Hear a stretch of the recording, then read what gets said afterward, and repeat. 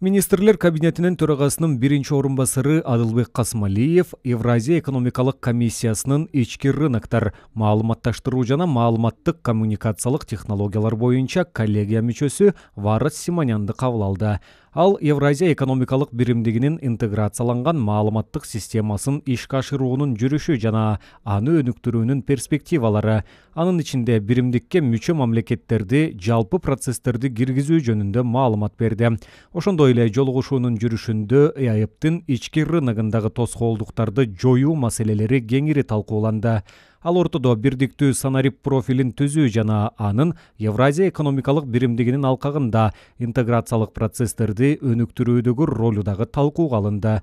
Адылбек Касымалиев жол жоболорду жөнөкөйлөштүрүү жана жарандардын жашоо сапатын жакшыртууда санариптик профилдин маанилүүлүгүн белгиледи.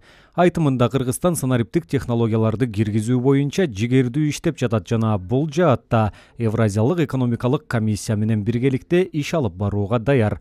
Варыс Симонян бул долбоорду ишке ашыруу үчүн уюмга мүчө өлкөлөрдүн аракеттерин координациялоо зарылдыгын белгиледи.